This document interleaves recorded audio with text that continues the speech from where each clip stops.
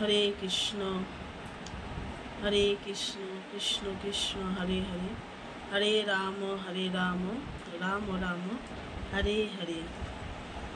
मौलिने मोचनं पुंसां जलस्नानं दिने दिने, सकृद्गीतामितस्नानं संसारमौलनाशनं। প্রতিদিন জলে স্নান করে আমরা আমাদের নিজেদেরকে পরিচ্ছন্ন করতে পারি, কিন্তু কেউ যদি ভগবদ্গীতার গঙ্গা জলে একটিবারও স্নান করে তাহলে তার জলজীবনের মলিনতা একেবারে বিনষ্ট হয়ে যায়।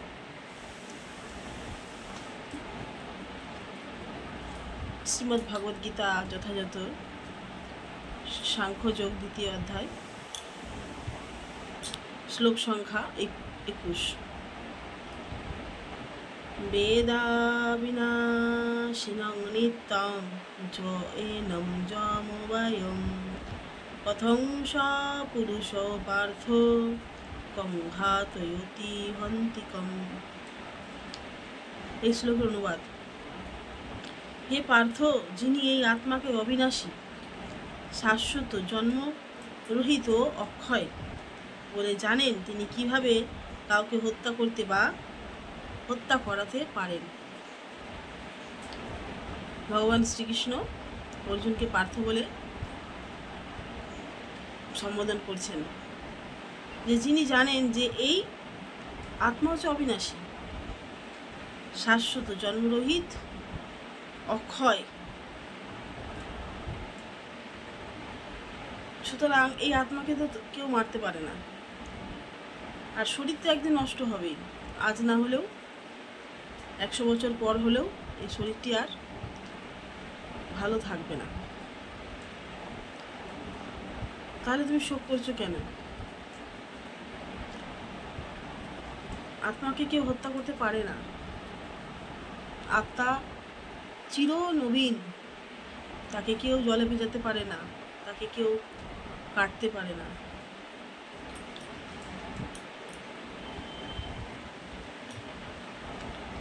সুতরাং এই যুদ্ধে যারা হত্যা হবে তারা কেউ বিনষ্ট হবে না।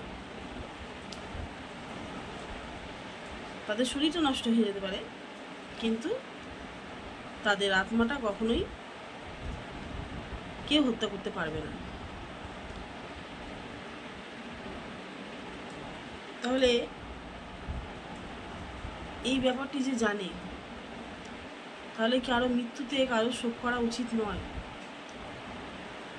কারণ যার জন্ম হয়েছে তার মৃত্যু অবশ্যম্ভাবী, অবশ্যই মৃত্যু হবে। আজ না হলেও 100 বছর পর হলেও মৃত্যু হবে।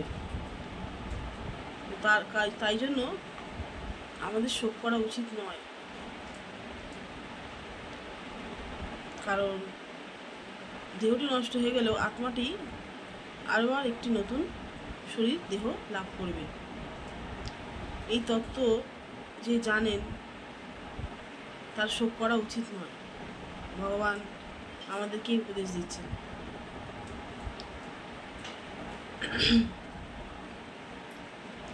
সুতরাং আমাদের উচিত ভগবানের আদেশ নির্দেশ মেনে চলা। তিনি যা আমাদেরকে বলেছেন শাস্ত্রের মাধ্যমে, সেটি আমাদেরকে আমাদের জীবনে ব্যবহার করা উচিত। হরে কৃষ্ণ কৃষ্ণ কৃষ্ণ হরে হরে, হরে রাম রাম রাম হরে হরে। জয় কৃষ্ণচন্দ্র ভগবান কি জয়, জয় ভগবদ্গীতা যথাযথ কি জয়, জয় জগৎগুরু শ্রী প্রভুপাদ কি জয়, পাবন মহারাজ কি জয়। নিতাই গৌর প্রেমানন্দে হরি হরি বল।